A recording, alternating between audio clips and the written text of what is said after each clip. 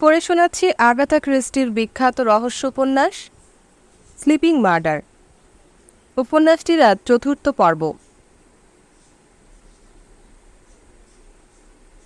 Mister অ্যাফ্লিকের অফিসে এখন হাজির দুজনে। অ্যাফ্লিক মাঝবয়সী, চেহারা গাট্টাগোট্টা, পরনে দামি স্যুট। দেখে লোকটাকে সফল ব্যবসায়ী বলেই মনে হলো। মিস্টার রিড, গুড মর্নিং, বসুন। ওরা দুজনে বসল। গাইলস পরিচয় দিল স্ত্রীর। ওয়েলকাম দুজনকেই, অ্যাফ্লিক বললেন। ধন্যবাদ, দুজনেই বলল। কিভাবে সাহায্য করতে পারি আপনাদের? সরাসরি প্রসঙ্গে চলে আসি। গাইলস কথা বলছিল। সেটাই ভালো, আমার হাতে সময় কম। ওকে, সমস্যাটা কি জানেন? একটা ব্যক্তিগত ব্যাপারে আমার স্ত্রী আপনার কাছে কিছু খবর চায়। খবর? কার ব্যাপারে? আমার স্ত্রী তার সৎ মাকে খুঁজছে। অনেক বছর ও তাকে দেখেনি। আমার সঙ্গে তার কি সম্পর্ক হতে পারে? কি নাম সেই মহিলার? শুনেছি আপনার সঙ্গে তার এক সময় আলাপ ছিল। মহিলার নাম হেলেন হ্যানলিডে। বিয়ের আগে তার নাম ছিল হেলেন কেনেডি। অ্যাফ্লিক চেয়ারে হেলান দিয়ে সিগারেট টানছিলেন, চোখ সরু করে ভাবছিলেন। হেলেন হ্যানলিডি? মনে পড়ছে না। Helen Kennedy? ডিলমাউথেই ছিলেন তিনি, বলল জিও। অ্যাফ্লিক সিগারেট গুজে দিলেন ছাইদানিতে। মনে পড়েছে, বললেন তিনি। হেলেন কেনেডি, হ্যাঁ মনে পড়েছে, কিন্তু সে তো অনেক বছর আগে। তা প্রায় বছর 20 হবে। 18 বছর। তাই না? সত্যি, সময় যে কিভাবে পেরিয়ে যায়। কিন্তু মিসেস রিড, আপনাকে তো আমি সাহায্য করতে পারবো না। কেন? সেই থেকে আমার সঙ্গে তার যোগাযোগ নেই। আমি জানিও না তিনি কোথায়। আমরা ভেবেছিলাম আপনি বোধহয় তার সম্বন্ধে কিছু জানাতে পারবেন। কিন্তু এতদিন বাদে সমস্যাটা কি? উইলের ব্যাপারটা পার। এবার জিওয়েন্ডা মুখ খুলল। তিনি বেপাত্তা হয়ে গিয়েছিলেন হঠাৎ 18 বছর আগে কারোর সঙ্গে। মুচকি হেসে অ্যাফ্লিক বললেন, আর আপনারা ভেবেছেন মহিলা আমার সঙ্গে সটকে পড়েছিলেন? আমরা শুনেছি আমার সৎ মায়ের সঙ্গে আপনার এক সময়। জিও থেমে গেল। বলুন বলুন। সম্পর্ক ছিল। গাইলস কথা পূরণ করল। আমি আর হেলেন? না, সেরকম গভীর কিছু আমাদের মধ্যে ছিল না। কাফলাফ বোঝেন, সেরকম কিছুটা। আপনি কি আমার বাবাকে চিনতেন? না। দীর্ঘ নিঃশ্বাস ছাড়ল জিও। তো মহিলার দাদা কি বলছেন? তিনি জানেন না তার বোন কোথায় আছেন? না। কাগজে বিজ্ঞাপন দেননি? দিয়েছি। কোনো খবর আসেনি? তেমন উল্লেখযোগ্য কিছু না। দুঃখিত, আমি আপনাদের এ ব্যাপারে কোনো সাহায্য করতে পারবো না। আপনার সময় নষ্ট করার জন্য আমরা দুঃখিত। তা কেন? পুরনো দিনের স্মৃতি কিছু মনে পড়ল। লিলি আসছিল। আজ বৃহস্পতিবার। লিলি কিম্বলের আজ আসার কথা ডক্টর কেনেডির বাড়িতে। বিকেল ঘন হওয়ার আগেই ওরা দুজনে পৌঁছে গেল ডাক্তারের বাড়িতে। প্রাথমিক চা পর্ব সারা হলো। উডলি স্টেশনে ট্রেনটা আসার কথা বিকেল 4:35 নাগাদ, ডক্টর বললেন। তারপর তাকে হাঁটতে হবে 5 মিনিট। তাহলে লিলি আসবে কখন? আরও আধ ঘন্টার মধ্যে। ডক্টর কেনেডিকে একটু অস্থির মনে হলো। ঘরের মধ্যে পায়চারি করছিলেন তিনি, মুখে চিন্তার ছাপ। একটা ব্যাপার আমি কিছুতেই বুঝতে পারছি না, বললেন ডাক্তার। যদি হেলেন বাড়ি থেকে পালিয়েই যায়, যদি তারপর আমাকে লেখা 2টো চিঠি তার সই জাল করেই পাঠানো হয়, যদি বোকাশোকা দুঃখবিলাসী কেলভিন হেলেনকে না খুন করতে পারে, তাহলে আসলে ঘটেছিল কি? অন্য কেউ তাকে খুন করতে পারে, বলল জিওয়েন্ডা। কিন্তু তাই যদি হয়, যদি অন্য কেউ তাকে খুন করে থাকে, তাহলে কেলভিন কেন বারবার বলবে যে খুনটা করেছে সে? কারণ আমার বাবার মনে গেঁথে গিয়েছিল যে তিনিই খুনি। স্ত্রীকে তিনি দেখেছিলেন বিছানায় পড়ে থাকতে। তার মনে হয়েছিল তিনি খুনটা করেছেন। ডক্টর কেনেডি নাক মুছলেন। আমি কিভাবে জানব? আমি তো সাইকিয়াট্রিস্ট নই। প্রশ্ন আসতে পারে কেলভিন মারাত্মক আঘাত পেয়েছিল মনে, তার নার্ভাস ব্রেকডাউন হয়েছিল, এটা হতেই পারে। কিন্তু হেলেনকে কে খুন করতে চাইবে? মোটিভ কি? থামলেন ডাক্তার, আবার পায়চারি করলেন, তারপর বললেন, কোনো শত্রু ছিল না হেলেনের। খুন করবে এমন শত্রু ছিল না। তার একটা গ্ল্যামার ছিল, মোটামুটি সবাই পছন্দ করত তাকে। ডাক্তার বললেন।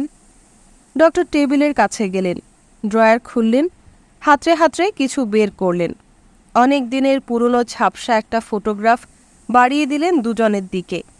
ফটোয় দেখা যাচ্ছে লম্বা এক কিশোরী জিমের পোশাক পরনে, চুল টেনে বাঁধা, উজ্জ্বল হাসিমুখ। তার পাশে বেশ চেনা যাচ্ছে যুবক কেন্নেডিকে, হাসছেন, হাতে একটা বাচ্চা কুকুর। ইদানিং আমি বোনের সম্বন্ধে প্রায়ই ভাবি, মিনমিনে সুরে বললেন ডাক্তার। অনেক বছর তার কথা আমার মনেই আসেনি, প্রায় মন থেকে মুছে ফেলেছিলাম তাকে। এখন সবসময় আমি তার কথাই ভাবি। তোমরা দুজনে আবার হেলেনের স্মৃতি জাগিয়ে দিয়েছ আমার মনে। ঠিক সেই মুহূর্তে ট্রেনের বাঁশি কানে এলো। ডক্টর কেনেডি জানলা দিয়ে ঝুঁকে দেখছিলেন, গাইলস আর জিও দেখছিল। ট্রেনটা যাচ্ছে, ডাক্তার বললেন। স্টেশনে ঢুকছে? জিজ্ঞেস করল গাইলস। না, স্টেশন ছেড়ে চলে যাচ্ছে।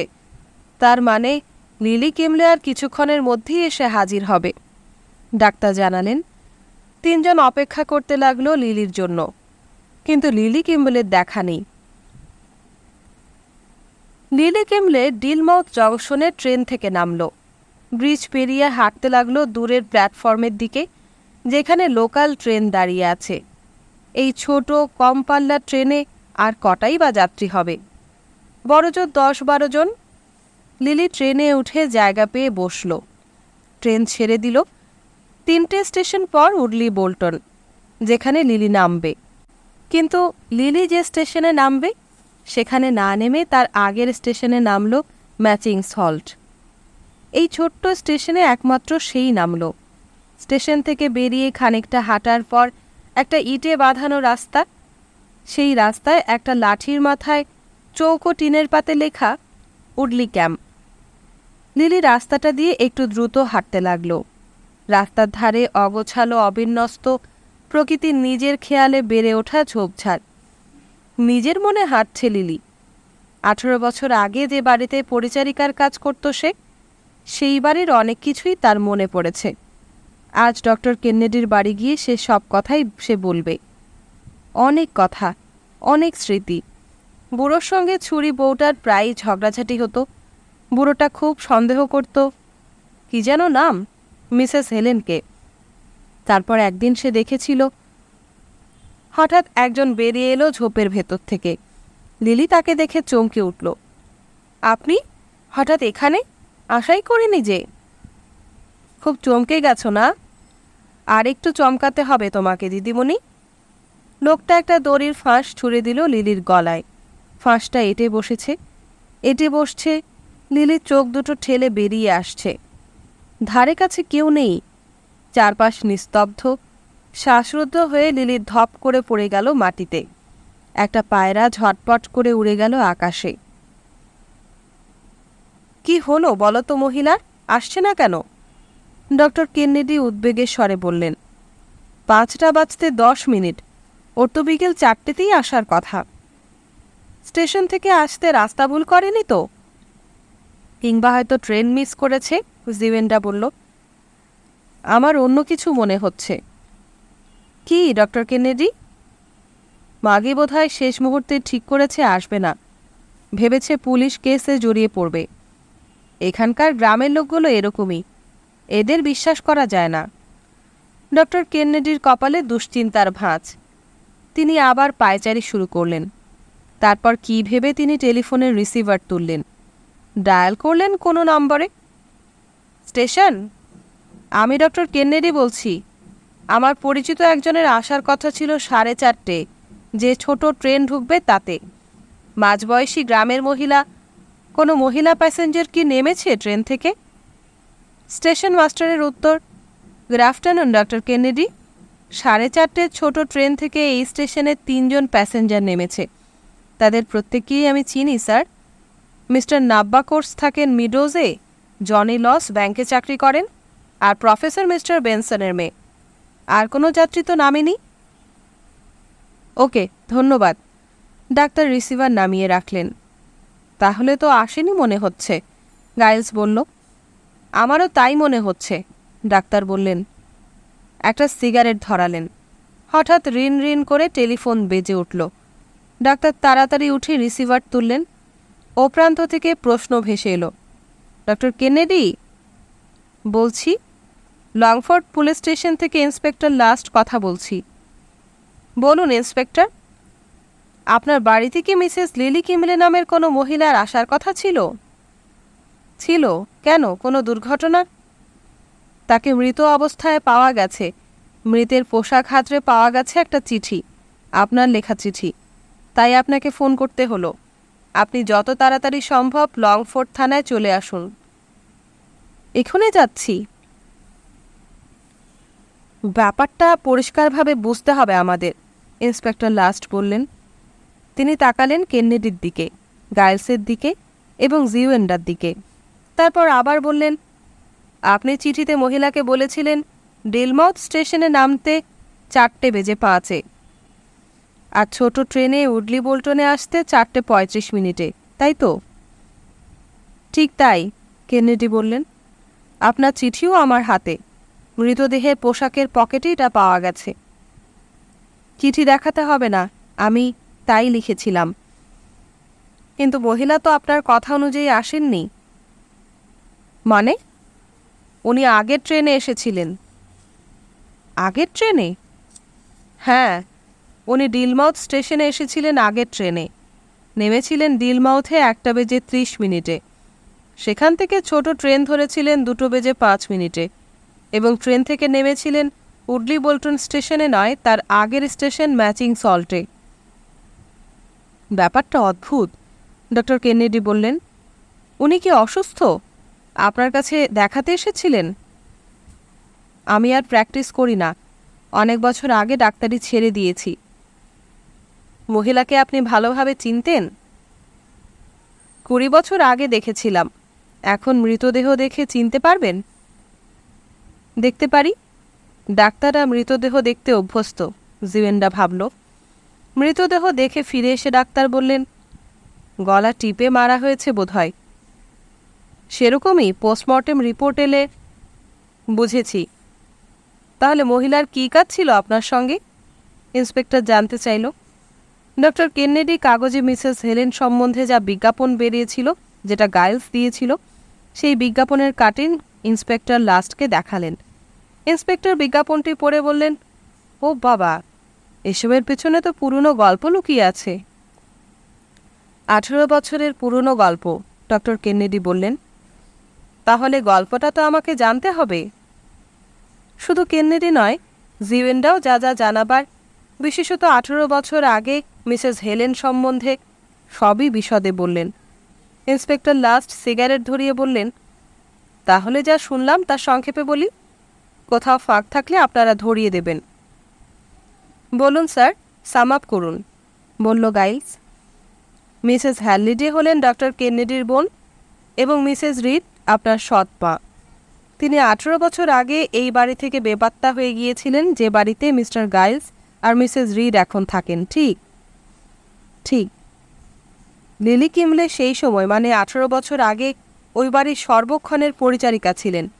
কোনো কারণে লিলি কিমলের মনে হয়েছিল যে মিসেস হেলেনের হঠাৎ বেপাত্তা হয়ে যাওয়ার পেছনে কোনো রহস্য আছে। সেই সময় এটাই রটেছিল যে মিসেস হ্যালিডে অর্থাৎ হেলেন কোনো পুরুষের সঙ্গে পালিয়ে গেছেন, যে পুরুষের পরিচয় আমাদের জানা নেই। 15 বছর আগে, অর্থাৎ ওই ঘটনার 3 বছর পর, মেজর হ্যালিডে এক মানসিক রোগীদের নার্সিংহোমে মারা যান। এরকম একটা ভুল ধারণা নিয়ে যে তিনি নিজেই তার স্ত্রীকে গলা টিপে খুন করেছিলেন। অবশ্য এটা ভুল ধারণা কিনা সেটা এখনও প্রমাণিত নয়। Inspector last থামলেন। সিগারেট অনেক আগেই ছাইদানেতে গুজে দিয়েছেন। এখন গ্লাসের ঢাকা তুলে একটু জল খেলেন। তারপর আবার বলতে শুরু করলেন, সবই বেশ ইন্টারেস্টিং ঘটনা, কিন্তু একটু অগোছালো। এখন প্রধান প্রশ্ন হলো, মিসেস হ্যালিডে এখনও বেঁচে আছেন না মারা গেছেন? আর সে ব্যাপারে লিলি কিম্বলে নিশ্চয়ই কিছু জানতেন, তা না হলে তাকে মরতে হলো কেন? ওদের মধ্যে কে? পরদিন বিকেলে মিস মার্পল এসে হাজির হিলসাইডে।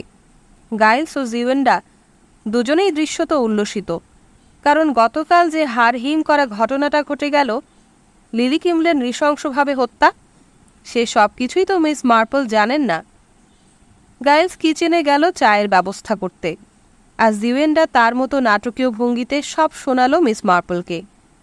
ইতিমধ্যে গাইলস এনেছে 3 জনের জন্য চা আর মিস মার্পলের প্রিয় প্লাম কেক। কেকের এক টুকরো মুখে দিয়ে মিস মার্পল বললেন, কি ভয়ঙ্কর বুঝছো, এবং অবশ্যই একটা মানসিক ধাক্কা। আমার ক্ষেত্রে ততটা নয় যতটা তোমাদের ক্ষেত্রে। আমি বুড়ি হয়েছি, কত মৃত্যু দেখলাম। মৃত্যুতে আমার কোনো প্রতিক্রিয়া হয় না, শুধু সেই মারণ রোগ ক্যান্সার, যা অত্যন্ত বেদনাদায়ক এবং হতভাগ্য রোগীকে তিলে তিলে মারে। ওটা ছাড়া আমার কোনো ধরনের মৃত্যুতেই ভয় হয় না। এখন জিও, তোমার মুখে সব শুনে আমার মনে আর কোনো সংশয় লেশমাত্র নেই যে হেলেন হ্যালিডের কোনো পুরুষের সঙ্গে বেপাত্তা হয়ে যাওয়ার গল্পটা শুধুই গল্প। মহিলাকে, বলা উচিত প্রাণবন্ত যুবতীকে খুন করা হয়েছিল। আর আমার দৃঢ় বিশ্বাস, গাইলস বলল, 18 বছরের পুরনো পচাগলা মৃতদেহ আমাদের বাড়ির মাটির নিচে কোনো ঘরেই লুকোনো আছে। তা নাও হতে পারে মিস্টার রিড। তাহলে মৃতদেহ কোথায় গেল? জিওয়েন্ডা, তোমাকে বলছি। মিস মার্পল একটু ভেবে নিয়ে শুরু করলেন। তুমি যখন হিলসাইড বাড়ি কেনার পর ওখানে থাকতে শুরু করো, তখন তুমি নিজেই আমাকে বলেছিলে একটা ব্যাপার তোমার খুব অদ্ভুত মনে হয়েছিল। বৈঠকখানার জানলা থেকে তুমি খাড়ির নিচের দিকে সমুদ্রের কিছুই দেখতে পেতে না। টেরাসের এক প্রান্তে এসে যখন তোমার মনে হয়েছিল সেই জায়গায় কয়েক ধাপ সিঁড়ি থাকা উচিত সহজে নিচের ঘাসের লনে নামার জন্যে, তখন তুমি দেখেছিলে সেখানে সিঁড়ির কোনো চিহ্নই নেই, তার বদলে একগাদা ঝোপঝাড় গজিয়ে আছে। ঠিক বলেছেন মিস মার্পল। পরে আমি দেখেছিলাম যে ঠিক যেখানে সিঁড়ি থাকার কথা সেখানেই প্রথমে ছিল, কিন্তু পরে কী কারণে জানি না সিঁড়ির ধাপগুলো সেখান থেকে সরিয়ে নিয়ে গিয়ে ছাদের আরেক প্রান্তে গাঁথা হয়েছিল। কেন এরকম করা হয়েছিল, কে করেছিল, আজও বুঝতে পারিনি, বলল জিও। সিঁড়ির ধাপ এদিক থেকে ওদিকে নিয়ে যাবার পেছনে কোনো কারণ তো নিশ্চয়ই ছিল, তাই না? মিস মার্পল উভয়ের দিকে তাকালেন। দুজনকে নিরুত্তর দেখে আবার বললেন, সিঁড়ি স্থানান্তরকরণের এই কাজটা একেবারেই যুক্তিযুক্ত হয়নি বলেই মনে হয়। টেরাসে যে জায়গায় সিঁড়ি সরানো হয়েছে সেটা একেবারেই লনে নামার পক্ষে আদর্শ জায়গা নয়, কারণ টেরাসের ওই প্রান্তটি লনের সীমানা ছাড়িয়ে চলে গেছে। কিন্তু এটাও আবার ভেবে দেখতে হবে যে টেরাসের ওই প্রান্তটা বাড়ির ভেতর থেকে চট করে নজরেই পড়ে না, শুধু একটা জানলা থেকে ওই প্রান্তটা নজরে আসে। সেটা হলো দোতলার নার্সারি ঘরের জানলা থেকে। একটা ব্যাপার ভাবো, যদি কোনো লাশকে মাটিতে কবর দিতে হয় তাহলে সেখানকার মাটি খুঁড়তে হবে, আর মাটি খোঁড়ার কোনো কারণ থাকতে হবে। লাশ কবর দেওয়ার ব্যাপারটা সম্পূর্ণ গোপন রেখেই তো কাজটা করতে হবে। আমি অনেক ভেবেছি ব্যাপারটা নিয়ে, সবশেষে এই সিদ্ধান্তে এসেছি যে তখন চক্রান্তকারী সিদ্ধান্ত নিল যে বৈঠকখানার সামনে থেকে সিঁড়ি সরিয়ে ছাদের বা টেরাসের একেবারে শেষ প্রান্তে নিয়ে আসতে হবে।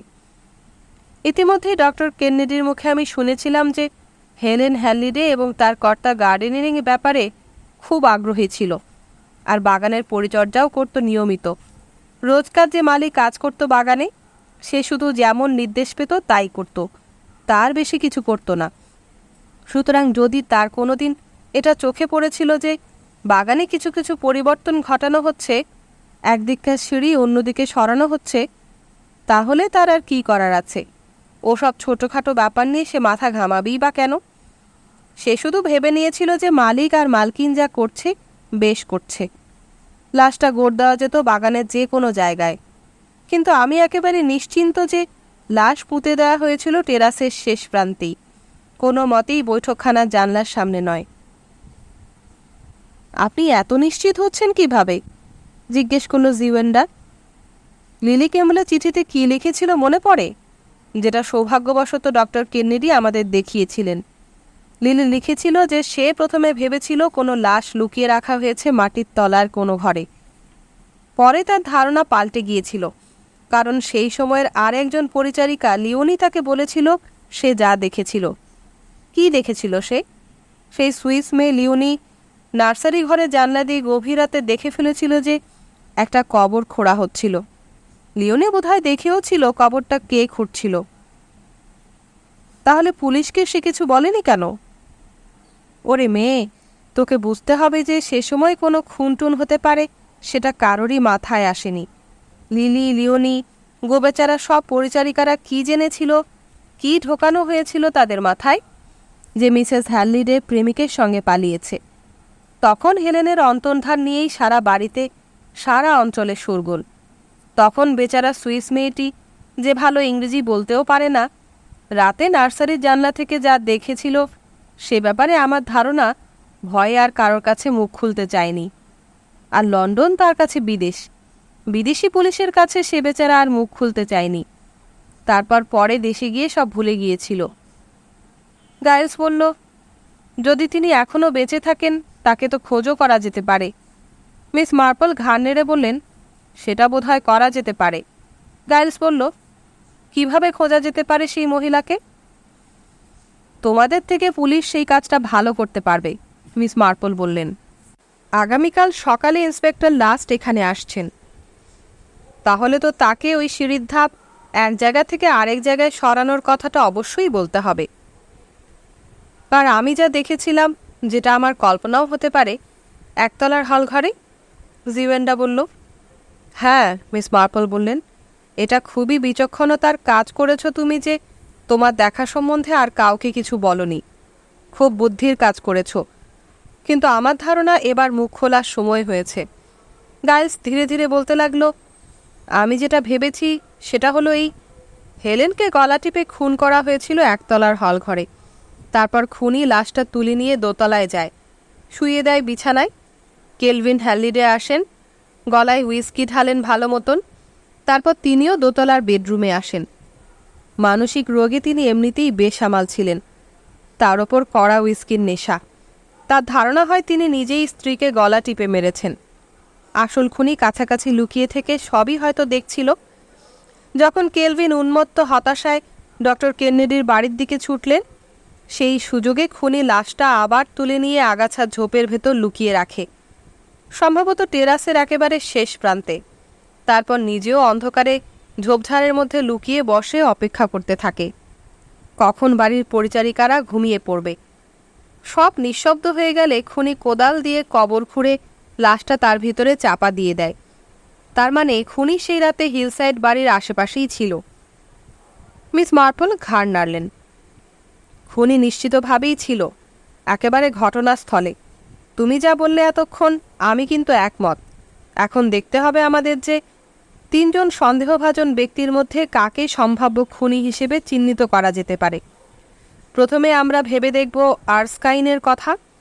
সে নিশ্চয়ই ঘটনাস্থলে ছিল, কিন্তু তার বয়ানে সে বলেছে যে সেদিন রাত 9টা পর্যন্ত সে বিচে হেলেনের সঙ্গে বেড়াবার পর সে হেলেনের সঙ্গেই বাড়ি পর্যন্ত আসে। সে বিদায় নিয়েছিল হেলেনের কাছ থেকে। কিন্তু সত্যি কি সে গুড বাই নিয়েছিল? ধরে নেওয়া যাক চলে যাবার বদলে সেই হেলেনকে গলা টিপে খুন করেছিল। কিন্তু আর্সকাইন বলেছেন তিনি কোনোদিনই হেলেনের সঙ্গে গাঢ়ভাবে মেশেননি। হেলেন তাকে ভালোবাসত না। এমনকি তিনি নিজে কোনোদিন হেলেনকে একা পেয়ে ঘনিষ্ঠ হবার সুযোগও নেননি। জিওয়েন্ডা, তোমাকে একটা কথা বলি, বললেন মিস মার্পল।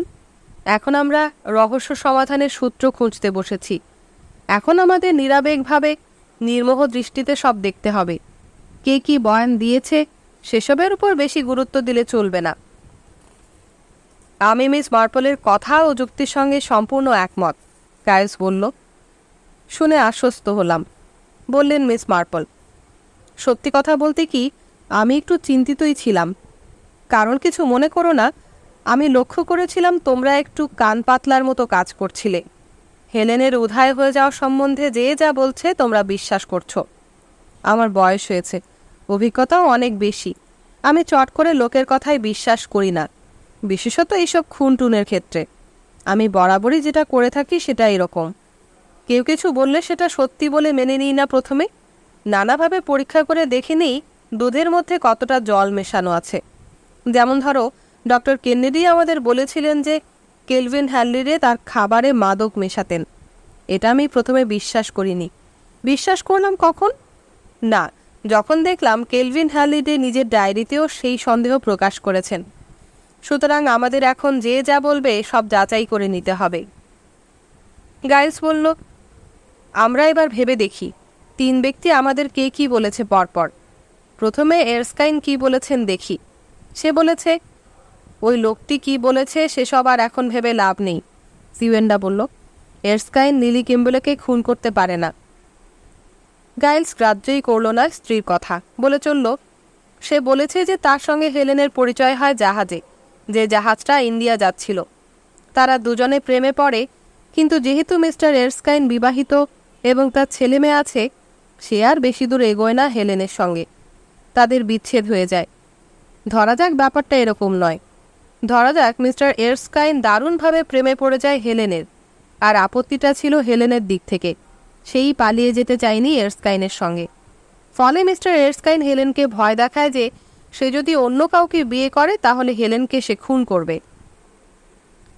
একেবারেই অবাস্তব চিন্তা ভাবনা, জিও বলল। এরকম কিন্তু হয়। তুমি আর কতটা জানো জিও? ওদের বাড়ি যেদিন গিয়েছিলাম, ওর স্ত্রীকে দেখে আমার মনে হয়েছিল মহিলা সন্দেহ করে স্বামীকে, আর এরস্কাইনকে দেখে আমার মনে হয়েছে পুরো একজন সেক্স ম্যানিয়া। আমি তা বিশ্বাস করি না, জোর দিয়ে জিও বলল। তা বললে হবে না জিও, তোমাকে একটা ব্যাপার মাথায় রাখতে হবে। এরস্কাইন কিন্তু খুবই হ্যান্ডসাম, আর সেই কারণেই মেয়েরা তার প্রতি আকর্ষিত হয়। যাই হোক, আমার কাছে সে কিন্তু খুবই সন্দেহভাজন ব্যক্তি। আমি যেভাবে কেসটা সাজিয়েছি, আবার বলি মিস মার্পল। হ্যাঁ বলো। Good progress. ইন্ডিয়ায় গিয়ে মিস্টার ফেনের সঙ্গে দেখা হয় হেলেনের এবং তারা প্রেমে পড়ে। অল্পদিনের মধ্যে সে প্রেমের রীতি। তখন ইন্ডিয়া থেকে জাহাজে ফেরার সময় কেলভিন হ্যানলিডের সঙ্গে হেলেনের ঘনিষ্ঠতা, তারপর প্রেম, তারপর বিয়ে। সেন্ট ক্যাথারিন বাড়িতে তারা সংসার শুরু করে। ঠিক এই সময়ে নাটকের রঙ্গমঞ্চে এরস্কাইনের প্রবেশ। একদিন এরস্কাইন আসে হেলেনের সঙ্গে দেখা করতে। তখন বাড়িতে কেলভিন হ্যানলিডে ছিলেন না। বৈঠকখানায় বসে দুজনে গল্প করছিলেন। এরস্কাইন হয়তো হেলেনকে চুমুটুমুও খেতে গিয়েছিল, আর তখনই হেলেন লোকটাকে যে কথাগুলো বলেছিল তা কানে আসে লিলি কিম্বলের। সে হয়তো আড়ি পাচ্ছিল।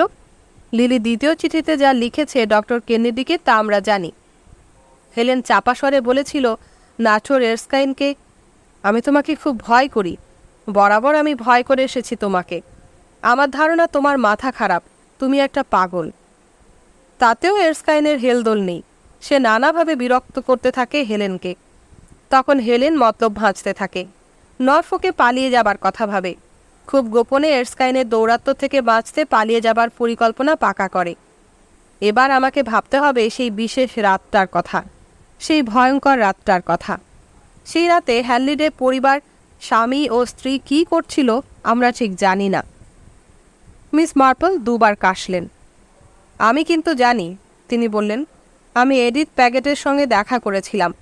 সে আমাকে বলেছে সেই রাতে ওরা দুজন তাড়াতাড়ি খাওয়া দাওয়া সেরে নিয়েছিল, সন্ধ্যে 7টা নাগাদ, কারণ মেজর হ্যানলিডের নাকি 2টো মিটিং ছিল, একটা গলফ ক্লাবে আর একটা প্যারিস ক্লাবে। ভোজন সেরে মিস্টার হ্যানলিডে বেরিয়ে যান, আর তারপর হেলেনও বেরিয়ে যায়। ঠিক, গাইলস আবার বলতে শুরু করে। হেলেন এরস্কাইনের সঙ্গে দেখা করে সমুদ্রের ধারে। বোধহয় আগে থেকে অ্যাপয়েন্টমেন্ট করা ছিল। এরস্কাইন হেলেনকে জানায় সে ডিলমাউথ ছেড়ে চলে যাচ্ছে। হেলেনকে সে চাপ দেয় তার সঙ্গে পালিয়ে যাবার জন্য। হেলেন তাতে আপত্তি জানায়, বাড়ি ফিরে আসে। এরস্কাইন যেহেতু নাছোড়বান্দা, সেও হেলেনের পিছু পিছু তার বাড়ি আসে। দুজনের মধ্যে কথা কাটাকাটি হয়, তর্কাতর্কি চরম পর্যায়ে পৌঁছয়। ভীষণ রেগে গিয়ে এরস্কাইন হেলেনকে গলা টিপে মারে। তারপর চরম উত্তেজনার মাঝেও মাথা ঠান্ডা রেখে হেলেনের লাশ গায়েব করে দেয় বাড়িরই কোনো জায়গায়। এতটা বলে গাইলস থামে, আর মিস মার্পল আবার খুব খুব কাশেন। একটা প্রশ্ন এসেছে আমার মাথায়। কি ম্যাডাম? এতটা সময় এরস্কাইনের সন্দেহবাতিগ্রস্ত স্ত্রী কি করছিল? হিংসুটে মহিলা স্বামী সাপ সাপান্ত করছিল, আর এরস্কাইন বাড়ি ফিরলে তার ওপর চোটপাট শুরু করেছিল। আমি এইভাবে ঘটনাটার পুনর্নির্মাণ করেছি। মনে হয় ঠিকই করেছি, বলল গাইলস। কিন্তু মিস্টার এরস্কাইনের পক্ষে লিলি কিম্বলেকে খুন করা সম্ভব নয়, জিওয়েন্ডা বলল। কেন? কারণ এরস্কাইন থাকে নর্থ অ্যাম্বারল্যান্ডে, উডলি স্টেশন থেকে সম্পূর্ণ বিপরীত দিকে। সুতরাং মিস্টার এরস্কাইনকে নিয়ে আলোচনা করা মানে সময়ের অপচয়। আমরা বরং সম্ভাব্য খুনি হিসেবে ওয়াল্টার ফেনের কথাটা ভেবে দেখি। ঠিকই বলেছ, গাইলস স্বীকার করল। ওয়াল্টার ফেন আবার একটু চাপা ধরনের মানুষ, মন খুলে কথা বলে না। ব্যবহারে ভদ্রনম্র, এটা ঠিক, কিন্তু মিস মার্পল ইতিমধ্যে একটা অত্যন্ত মূল্যবান সাক্ষ্য এনেছেন। ওয়াল্টার ফেন নাকি এমনই রকচটা মানুষ যে সে নাকি রাগের মাথায় তার ভাইকেই খুন করতে গিয়েছিল, তাই না মিস মার্পল? ঠিকই, মিস মার্পল মত দিলেন। এখন এই লোকটার বিষয়ে আমি এরকমই ভেবেছি, গাইলস বলল। কী ভেবেছ শুনি? বলতেই হবে হেলেনের ক্ষমতা ছিল বটে পুরুষকে নাচানোর। ওয়াল্টার ফেন ও মাগির প্রেমে পড়ে। প্রেমে পড়া বললে ঠিক বলা হবে না, যথেষ্ট ভুল বলা হবে। একদিন প্রেমিকাকে না দেখতে পেলে তার মাথায় রক্ত উঠে যেত। কিন্তু হেলেনের আবার পছন্দ ছিল না ফেনকে। সে তাকে বিয়ে করতে রাজি ছিল না।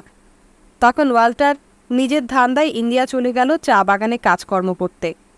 পরে কী কারণে বলা যাবে না, হেলেনের সিদ্ধান্ত বদলায় এবং সে ওয়াল্টার ফেনকে লেখে যে সেও ইন্ডিয়ায় আসছে ফেনকে বিয়ে করতে।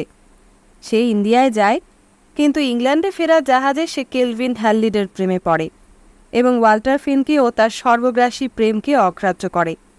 ইংল্যান্ডে ফিরে এসে সে হ্যালিডেকে বিয়ে করে। সম্ভবত ওয়াল্টার ফেনের সব রাগ গিয়ে পড়ে হ্যালিডের ওপর, কারণ সেই লোকটাই তার বাড়াভাতে ছাই দিয়েছিল। হ্যালিডের প্রতি হিংসায় সে জ্বলতে থাকে, কিন্তু মুখে কিছু প্রকাশ করে না। একদিন সে আসে হেলেনের বাড়িতে, একেবারে বন্ধুর মতো আচরণ করতে থাকে। কিন্তু হেলেনের সতর্ক দৃষ্টিকে ফাঁকি দেওয়া অত সহজ ছিল না। সে বুঝতে পারে তার পূর্ব প্রেমিক ওয়াল্টার ফেনের অভিনয়। সে তখন ওয়াল্টারকে ওই কথাগুলো বলে, আমি তোমাকে বিশ্বাস করি না, তোমাকে ভয় করি আমি। যে কথাগুলো শুনেছিল এডিথ প্যাগেট। সেই মুহূর্তে, সেই ভয়ঙ্কর রাতে ওয়াল্টার গলা টিপে হেলেনকে খুন করে এবং লোপাট করে দেয় লাশ। গাইলস থামলে জিওয়েন্ডা মিস মার্পলের দিকে তাকায়। এই গল্পটা গাইলসের কল্পনা নয় কি? না, আমার মনে হয় গাইলস ঠিকই ভেবেছে, মিস মার্পল বললেন। তাহলে এবার, বলল জিওয়েন্ডা, এবার আফ্রিকার কথা ভাবতে হবে। ডক্টর কেনেডি আমাদের বলেছিলেন যে জ্যাকি আফ্রিক একটু পাগলাটে ধরনের লোক। তার আবার ম্যানিয়া হলো পেছনে লেগে থাকা, অর্থাৎ সে নর্মাল নয়। সে হেলেনকে চাইতো মনে মনে, শারীরিকভাবেই হয়তো চাইতো, আর তাই সুযোগ পেলেই ঘুরঘুর করতো হেলেনের পেছনে। আমরা তার বাড়িতে গিয়েছিলাম। লোকটা হেলেন সম্বন্ধে অনেক রকম কথা বলেছিল আমাদের, কিন্তু আমার মনে হয়েছিল তার অধিকাংশই মিথ্যা। মুশকিলটা ছিল কোথায়? মুশকিলটা ছিল অ্যাফ্লিক হেলেনকে পাগলের মতো চাইলেও হেলেনের কোনো দুর্বলতা ছিল না তার প্রতি। হেলেন লোকটাকে নাচাতো, মজা পেত। She was mad, Mrs Marple বলেছিলেন সেদিন। না, আমি তো এরকম কথা বলিনি, কোনোদিনই বলিনি, মিস মার্পল আপত্তি জানালেন। ঠিক আছে, আমি শব্দটা পাল্টে বলছি শরীর সর্বস্ব এক মহিলা, যাকে আমরা নিম্ফোম্যানিয়া বলি। মহিলা প্রথমে বাদরের নাচ নাচিয়েছিল জ্যাকি আফ্রিককে, তারপর তাকে বিট্রে করল। কিন্তু জ্যাকিকে অত সহজে ঘাট থেকে নামানো যায় নাকি? হেলেনের দাদা ডক্টর কেনেডির একটা প্রভাব এই অঞ্চলে তখন ভালোই ছিল, তাই জ্যাকি আফ্রিক তার কোনো ক্ষতি করতে পারল না বটে, কিন্তু তার পিছুও ছাড়ল না। হেলেন কেটে পড়ল ইন্ডিয়ায়, আফ্রিকও ডিল মাউথ ছাড়ল। কিন্তু হেলেন আবার যখন এখানে ফিরে এলো, মিসেস হ্যালিডে হয়ে সংসার পেতে বসলো, তখন আবার ফিরে এলো আফ্রিক। ভিজিট করতে লাগলো হেলেনের বাড়ি, কিন্তু হেলেনের পক্ষ থেকে কোনো উষ্ণতার ইঙ্গিত নেই। সে কোনো দিন চায়নি কেলভিনের সঙ্গে তার সেই নাছোড় পূর্ব প্রেমিকের দেখা হোক। এবার আমি কিছু সংযোজন করতে চাই। ধরা যাক আমরা ভুল ভাবছি। হেলেন যেহেতু বহু পুরুষকে খেলাতে ভালোবাসত, সুতরাং আমরা ধরে নিতে পারি কেলভিনের অনুপস্থিতিতে যখন জ্যাকি অ্যাফ্লিক আসতো হেলেনের সঙ্গে অভিসারে, তখন সে অভিনয় করতে ছাড়ত না অ্যাফ্লিকের সঙ্গে। শেষমেশ আমার ধারণা অ্যাফ্লিক হেলেনকে প্রস্তাব দিয়েছিল তার সঙ্গে পালিয়ে যাবার। কিন্তু মেয়েরা যতই বারোমুখ হোক, এক অর্থে রক্ষণশীল। সাজানো সংসার ছেড়ে সে কেন অনিশ্চয়তাকে বেছে নেবে? সে যেতে রাজি হলো না অ্যাফ্লিকের সঙ্গে। আর তখনই একদিন সুযোগ বুঝে অ্যাফ্লিক খুন করল হেলেনকে। আমরা লিলি কিম্বলের চিঠি দেখেছি, যেটা সে লিখেছিল ডক্টর কেনেডিকে। তাতে সে লিখেছিল যে রাতে হেলেন নিখোঁজ হয় সেই রাতে সে দেখেছিল জানলা দিয়ে বাড়ির বাইরে একটা গাড়ি দাঁড়িয়ে থাকতে। তার মানে গাড়িটা ছিল জ্যাকি অ্যাফ্লিকেরই। সে তৈরি হয়ে এসেছিল হেলেনকে নিয়ে পালাবার জন্যে। গাইলস একটু থামল, জল খেলো, তারপর আবার বলতে শুরু করলো, আমি বা আমরা যা বলছি সবটাই অনুমান মাত্র, আন্দাজও বলা যায়, কিন্তু আমার এই অনুমান যুক্তিসঙ্গত বলেই মনে হয়। অপরাধ বা হেলেন খুনের এই পুনর্নির্মাণে হেলেনের লিখিত চিঠিগুলিও আমাদের বিবেচনার মধ্যে আনতে হবে। আমি তো তন্ন তন্ন করে ভাবছি তার সেই মানসিক অবস্থার কথা, যার প্রভাবে হেলেন চিঠিগুলো লিখতে বাধ্য হয়েছিল। আমাদের মেনে নিতেই হবে যে হেলেন পরকীয়াতে খুবই অভ্যস্ত ছিল। বিয়ের পরেও তার গোপন প্রেমিক ছিল, আর সে মতলব করছিল তার সঙ্গে পালিয়ে যাবার। তিনটে সম্ভাবনার কথা আমরা খতিয়ে দেখতে চাই আবার। এরস্কাইন প্রথমে। যতদূর আমরা জেনেছি, এরস্কাইন নিজের স্ত্রীকে ছেড়ে সংসার ফেলে হেলেনের সঙ্গে পালিয়ে যেতে মানসিকভাবে প্রস্তুত ছিল না। কিন্তু হেলেন সিদ্ধান্ত নিয়েই ফেলেছিল যে কেলভিন হ্যানলিটিকে ফাঁকি দিয়ে সে এরস্কাইনের সঙ্গে পালাতে চায় এবং আরও একটা সংসার পাততে চায়। তার প্রথম চেষ্টা ছিল মিসেস এরস্কাইনের মন থেকে সন্দেহ দূর করা, এবং সেই কারণেই সে তার দাদা ডক্টর কেনেডির উদ্দেশ্যে অন্তত 2টো চিঠি লিখেছিল, যাতে বোঝা যায় সে বিদেশে কোথাও গেছে কারোর সঙ্গে।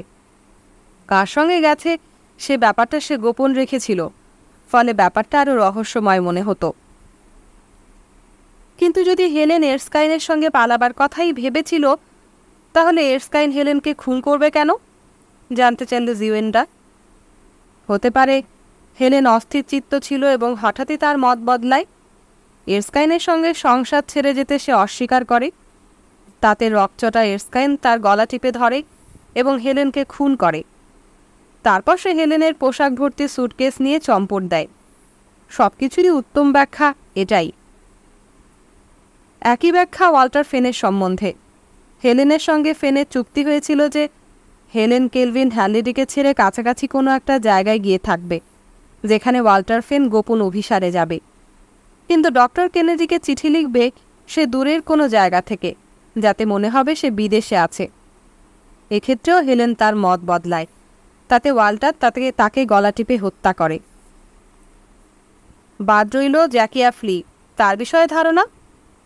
গাইলস কিছু বলতে যাচ্ছিল, ঠিক সেই মুহূর্তে মিসেস ককার ঢুকলো কফি কাপ সহ ট্রেটা নিয়ে যেতে। ম্যাডাম, একটা কথা বলা হয়নি। জিওয়েন্ডার দিকে তাকিয়ে মিসেস ককার বলল, আমি ভুলে গিয়েছিলাম, বোধহয় অনেক দিন আগে এক মহিলা খুন হবার ব্যাপারে আপনি আর মিস্টার রিড বেশ জড়িয়ে পড়েছেন। এসব নিয়ে এত ঘাটাঘাটি করা ঠিক নয় ম্যাডাম। কেঁচো ফুটতে সাপ বেরিয়ে পড়তে পারে। গতকাল বিকেলে মিস্টার ফেন এসেছিলেন আপনাদের খুঁজতে। আপনারা ছিলেন না, উনি অপেক্ষা করেছিলেন 8 ঘন্টা। অদ্ভুত ব্যাপার তো, জিওয়েন্ডা বলল। আমাদের কাছে কেন এসেছিলেন? কটার সময়? বিকেল 4টে নাগাদ কিংবা তার কিছু পরে। তারপর তিনি চলে যাবার পর আবার একজন এলেন, একটা বড় হলুদ গাড়িতে। তিনিও অপেক্ষা করেছিলেন মিনিট 20। আপনারা কোনো চায়ের পার্টিতে ওদের নেমন্তন্ন করেছিলেন কি? তারপর হয়তো নানা কারণে ভুলে গিয়েছিলেন। না, বলল জিওয়েন্ডা। কি অদ্ভুত। ফেনকে প্রথমে ফোন করা যাক, গাইলস বলল। ফোনে রিসিভার তুলে ডায়াল করতে লাগলো গাইলস। হ্যালো, মিস্টার ফেন কথা বলছেন? আমি গাইলস রিড কথা বলছি। আমি জানলাম যে বিকেলে আপনি এসেছিলেন আমাদের বাড়ি। আপনি না? অদ্ভুত, সত্যি অদ্ভুত। রিসিভার নামিয়ে রাখলো গাইলস। অদ্ভুত ব্যাপার। মিস্টার ফেন আবার আমাদের বাড়িতে আসতে চান আজ বিকেলে? খুব নাকি জরুরি? গাইলস আর জিওয়েন্ডা পরস্পরের দিকে তাকালো। তারপর জিওয়েন্ডা বলল, ফোন করো আফ্রিককে। আবার গাইলস টেলিফোনের দিকে গেল। অ্যাফ্লিকের নম্বর বের করলো আর ফোন করলো। খানিকক্ষণ বেজে গেল ফোন। তারপর ও প্রান্ত থেকে, হ্যালো মিস্টার অ্যাফলি, গায়েল স্ট্রিট বলছি আমি। ও প্রান্ত থেকে তোড়ে কথা হচ্ছিল। গায়েলসকে চুপ করে শুনতে হলো। শেষমেশ গায়েলস এটুকু বলতে পারল, কিন্তু আমরা তা করিনি। না, বিশ্বাস করতে পারেন আমার কথায়। হ্যাঁ, আমি জানি আপনি খুব ব্যস্ত, কিন্তু আপনি যে বলছেন আপনাকে ফোন করা হয়েছিল, আমরা কিন্তু করিনি। তাহলে কে করেছিল? এ তো অদ্ভুত ব্যাপার। গাইলস ফোন নামিয়ে রাখল, টেবিলের সামনে বসল। তারপর বলল, কি হয়েছে শুনুন। কেউ একজন যে নিজেকে আমার পরিচয় দিয়ে ফোন করেছিল আফ্রিককে, এবং তাকে বলেছিল আমাদের বাড়িতে আসতে। কি নাকি অনেক টাকার ব্যাপার আছে। দুজনের মধ্যে যে কেউ একজন হতে পারে, বলল জিওয়েন্ডা। বুঝতে পারছো না গাইস? দুজনের মধ্যে একজন লিলিকে খুন করেছে, আর এখানে আসতে চাইছে নিজের অ্যালিবাই তৈরি করতে। অ্যালিবাইয়ের ব্যাপার নয় এটা, বললেন মিস মার্পল। ঠিক অ্যালিবাইয়ের ব্যাপার আমি বলতে চাইছি না। আমি যেটা বলতে চাইছি সেটা হলো, দুজনের মধ্যে একজন সত্যি বলছে, একজন মিথ্যে বলছে। দুজনের মধ্যে একজন আর একজনকে ফোন করে আমাদের বাড়িতে আসতে বলেছে। কেন জানেন? যাতে তার ওপরই আমাদের সন্দেহ ঘনীভূত হয়। কিন্তু দুজনের মধ্যে কে কালপ্রিট তা আমরা বুঝতে পারছি না। এখন ব্যাপারটা দুজনকে নিয়ে, ফেন কিংবা অ্যাফ্লিক, ওয়াল্টার ফেন আর জ্যাকি অ্যাফ্লিক। আমার সন্দেহ ওয়াল্টার ফেনের ওপর, গাইলস বলল। দুজনেই তাকালো মিস মার্পলের দিকে। তিনি না সূচক মাথা নাড়লেন। আর একটা সম্ভাবনার কথাও ভাবতে হবে, তিনি বললেন। অবশ্যই, এরস্কাইন। গাইলস আবার টেলিফোনের দিকে ছুটল। কি করতে চাইছো তুমি? জিজ্ঞেস করলো জিওয়েন্ডা। একটা ট্র্যাঙ্ক কল বুক করছি নর্থ আম্বারল্যান্ডে। ওহ গাইলস, তুমি যে কী করার কথা ভাবছো? আমাদের জানতেই হবে। এরস্কাইন যদি সেখানে থাকে, তাহলে সেদিন বিকেলে লিলি কুম্বলেকে খুন করতে পারে না। অত দূর থেকে সে উডলি স্টেশনে আসবে কিভাবে? সবাই অপেক্ষা করছিল কখন ট্র্যাঙ্ক কলটা আসে। টেলিফোন বাজল। গাইলস রিসিভার তুলল। ও প্রান্ত থেকে বলা হলো, মিস্টার এরস্কাইনের সঙ্গে কথা বলার জন্য একটা ট্রাঙ্ক কল বুক করা হয়েছিল। কথা বলুন, মিস্টার এরস্কাইন লাইনে আছেন। গলা পরিষ্কার করে নিয়ে গাইলস বলল, মিস্টার এরস্কাইন বলছেন? গাইলস রিড বলছি। আর কি বলবে গাইলস? জিওয়েন্ডা উঠে এসে গাইলসের কাছ থেকে রিসিভার কেড়ে নিল। মিস্টার এরস্কাইন, মিসেস রিড বলছি। আমরা একটা বাড়ির কথা শুনেছি, লিনস্কট ব্রেক। আপনি এই বাড়িটার সম্বন্ধে কিছু জানেন? লিনস্কট ব্রেক? না, আমি এরকম বাড়ির নাম শুনিনি। পোস্টাল ঠিকানা কি? পড়া যাচ্ছে না, জিওয়েন্ডা বলল। কিন্তু জায়গাটা নাকি স্টেশন থেকে 15 মাইল দূরে। এরকম বাড়ি বা জায়গার কথা আমি শুনিনি। রিসিভার নামিয়ে রাখল জিওয়েন্ডা। বলল, মিস্টার এরস্কাইন সন্দেহের আওতার বাইরে, তাই নয় কি মিস মার্পল? মিস মার্পলের মুখ গম্ভীর।